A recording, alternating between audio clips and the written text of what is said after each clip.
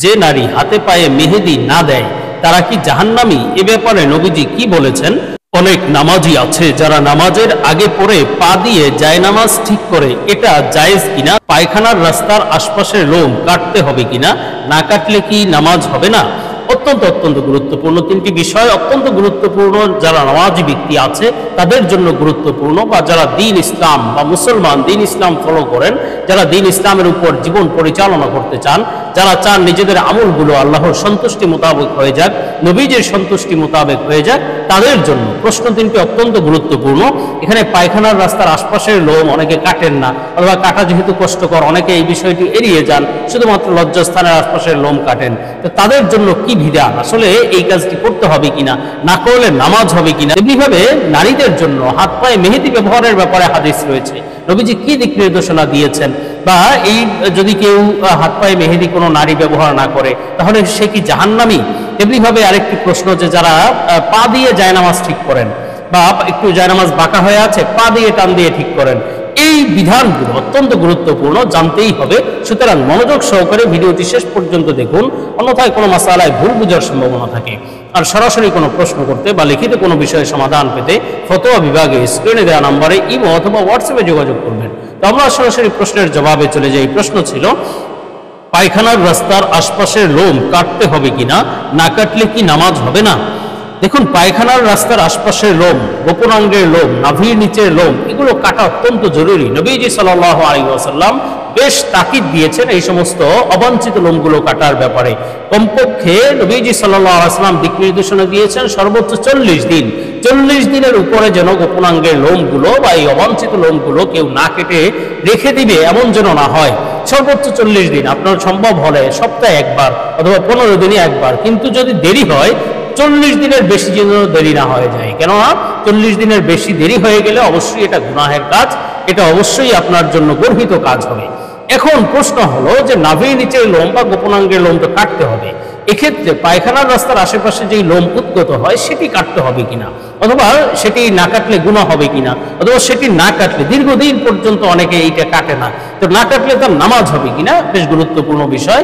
দেখুন, আসলে লোম কোথা থেকে, এই যে গোপনাঙ্গের লোমটা কোথা থেকে কোন পর্যন্ত কাটতে হবে এটি আপনার বুঝতে হবে। প্রথমত, নাভির নিচের 4 আঙ্গুল নিচ থেকে, সাধারণত মানুষ যদি হাঁটুর উপরে বসে, অর্থাৎ হাঁটু ভাঁজ করে যদি বসে, সেই অবস্থায় নাভির নিচে 4 আঙ্গুল নিচে একটা ভাঁজ পড়ে, সেই ভাঁজের শুরু থেকে নিয়ে ভাঁজ থেকে নিয়ে নিচের দিকে গোপনাঙ্গের আশেপাশের লোমগুলো কাটতে হবে। তেমনিভাবে পায়খানার রাস্তার আশপাশের লোম যথাসম্ভব কাটতে হবে বা পরিষ্কার করতে হবে। অনেকে বলবে যে এটা তো কাটা কষ্টকর, তাহলে আপনি পরিষ্কার করুন। যেই সমস্ত বিভিন্ন হেয়ার রিমুভাল ক্রিম পাওয়া যায় সেগুলো ব্যবহার করতে পারেন, অথবা আপনি কেচি দিয়ে কাটতে পারেন। যথাসম্ভব কেচি দিয়ে পরিষ্কার করা চাই, একেবারে রেখে দেওয়া উচিত নয়, কেননা এগুলো গোপনাঙ্গের বা অবাঞ্ছিত লোমের অন্তর্ভুক্ত।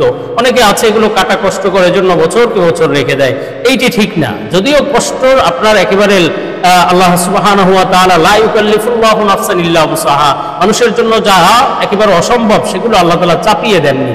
এই জন্য আপনার যে একেবারে পরিপূর্ণ পরিষ্কার করে ফেলতে হবে এমন নয়, যথাসম্ভব আপনার যতদূর সম্ভব, সেটা ওই স্থান যেহেতু দেখা যায় না স্পষ্টভাবে, অথবা ব্লেড দিয়ে পরিপূর্ণ পরিষ্কার করা যায় না, কিন্তু যথাসম্ভব একটু পরিষ্কার করা চাই। সেটি কেচি দিয়ে হতে পারে, অথবা ক্রিম দিয়ে হতে পারে, অথবা ব্লেড দিয়ে আপনার সম্ভব হলে যতটুকু সম্ভব কাটবেন, একেবারে রেখে দেওয়া উচিত নয়। তবে এক্ষেত্রে একটি গুরুত্বপূর্ণ বিষয় হলো, এই লোমগুলো কাটা জরুরি, কিন্তু না কাটলে যে নামাজ হবে না এমন নয়। আপনি যথাসম্ভব কাটবেন।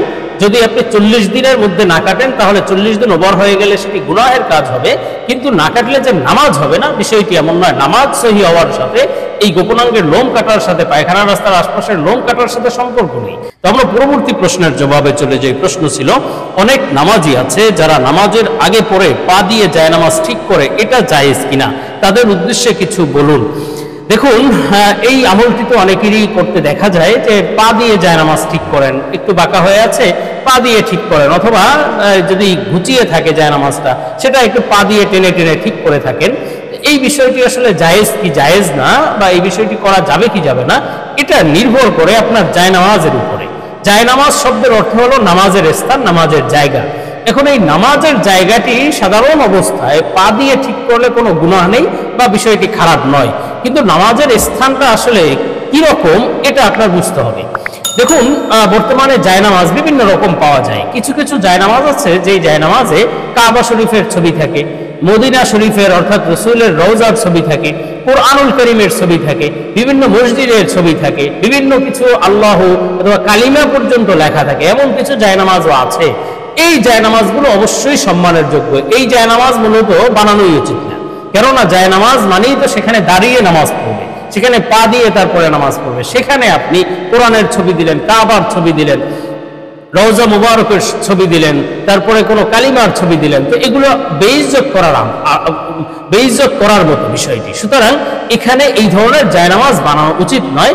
এই সমস্ত ছবি দিয়ে অথবা কিছু লিখে, আল্লাহর নাম লিখে জায়নামাজ বানানো যাবে না, উচিত নয়। আর যদি আপনি কেনার সময় যদি এমন জায়নামাজ দেখেন, ওই জায়নামাজ আপনি কিনবেন না, ব্যবহার করবেন না। সাধারণ যে সমস্ত জায়নামাজগুলো পাওয়া যায়, বিশেষ কোনো ছবি টবি নেই, ওই জায়নামাজগুলো ব্যবহার করবেন। আর ওই জায়নামাজগুলো ব্যবহার করলে আপনি পা দিয়ে ঠিক করতে পারবেন, এক্ষেত্রে কোনো গুনাহ নেই। জায়নামাজ পা দিয়ে ঠিক করলে, সাধারণ জায়নামাজ পা দিয়ে ঠিক করলে যে বিশেষ কোনো গুনাহ আছে অথবা এটা হারাম কাজ, বিষয়টি এমন নয়। আমরা পরবর্তী প্রশ্নের জবাবে চলে যাই। প্রশ্ন ছিল, যে নারী হাতে পায়ে মেহেদি না দেয় তারা কি জাহান্নামী?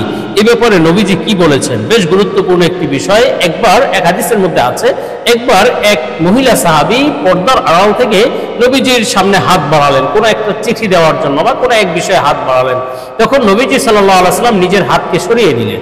নবীজি দূরে সরে গেলেন এবং বললেন, আমি বুঝতে পারছি না এই হাতটি পুরুষের হাত নাকি নারীর হাত।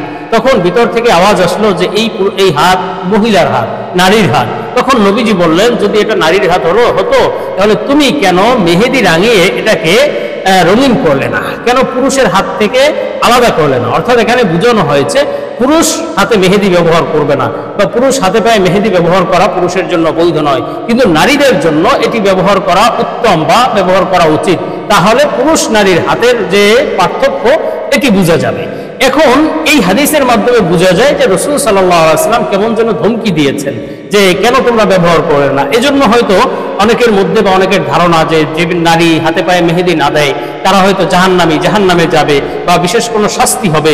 বিষয়টি আসলে এমন নয়। রাসূল সাল্লাল্লাহু আলাইহি ওয়াসাল্লাম উদ্বুদ্ধ করেছেন, এজন্য নারীদের জন্য হাতে পায়ে মেহেদি ব্যবহার করা, সাজগোজ করা, এটা মহিলাদের জন্য মুস্তাহাব একটি আমল, উত্তম একটি আমল, অবশ্যই সওয়াবের বিষয়। এর মাধ্যমে যদি স্বামীকে খুশি করা, স্বামীকে দেখানো, স্বামীর মনোরঞ্জন করা, একটু সেজেগুজে থাকা, এই বিষয়ে যদি নিয়ত হয় নারীদের জন্য, অবশ্যই এতে সওয়াব রয়েছে।